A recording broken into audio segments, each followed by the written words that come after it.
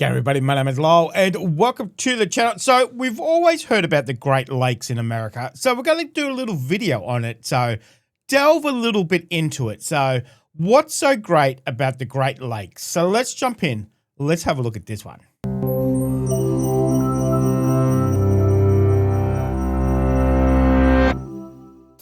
What's so great about the Great Lakes? They're known as America's inland seas. The North American Great Lakes, Huron, Ontario, Michigan, Erie, and Superior are so massive that they border 8 states and contain 23 quadrillion liters of water. That's enough to cover the land area of the contiguous United States 3 meters deep. These vast bodies of Oh my God, that's a lot of water. Wait, how deep are the lakes then to contain that much water? Holy moly. Water spanned forest, grassland, and wetland habitats, supporting a region that's home to over 3,500 species. But how did such a vast and unique geological feature come to be? The story begins near the end of the last ice age, over 10,000 years ago. A time when the climate was warming and the glaciers that cloaked the Earth's surface began their slow retreat. These immense ice sheets carved out a series of basins. Those basins filled with water as the ice began to melt, creating the world's largest area of freshwater lakes. Over time, channels developed between these basins, and water began to flow in an ongoing exchange that persists to this day. In fact, today, the interconnected Great Lakes contain almost 20% of... They're all connected?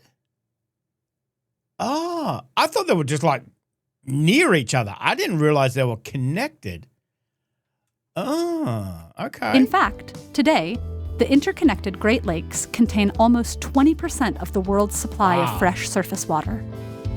The water's journey begins in the far north of Lake Superior, which is the deepest, coldest, and clearest of the lakes, containing half the system's water.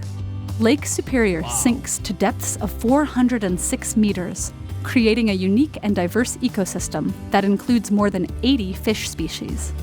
A given drop of water spends, on average, 200 years in this lake before flowing into Lake Michigan or Lake Huron. Linked by the 200 years, that's how long it takes to get out of that lake. That's how big it is. 400 meters. That's crazy. That's crazy. In this lake before flowing into Lake Michigan or Lake Huron. Linked by the Straits of Mackinac, these two lakes are technically one. To the west lies Lake Michigan, the third largest of the lakes by surface area. Water slowly moves through its cul-de-sac shape and encounters the world's largest freshwater dunes, many wildlife species, and unique fossilized coral. To the east is Lake Huron, which has the longest shoreline.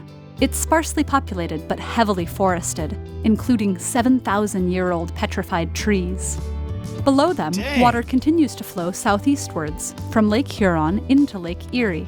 This lake's status as the warmest and shallowest of the 5 has ensured an abundance of animal life, including millions of migrating birds.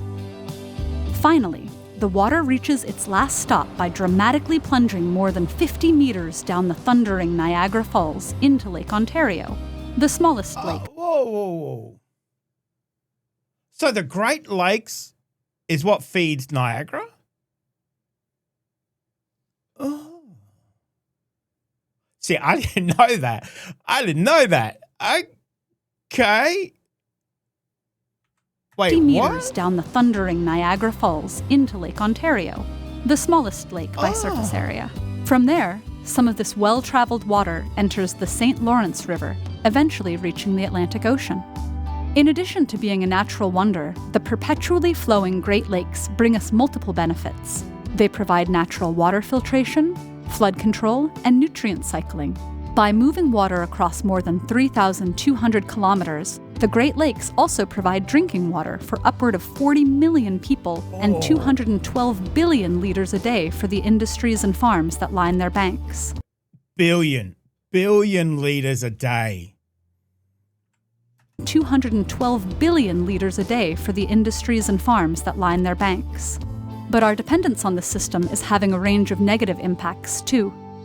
The Great Lakes coastal habitats are being degraded and increasingly populated, exposing the once pristine waters to industrial, urban, and agricultural pollutants.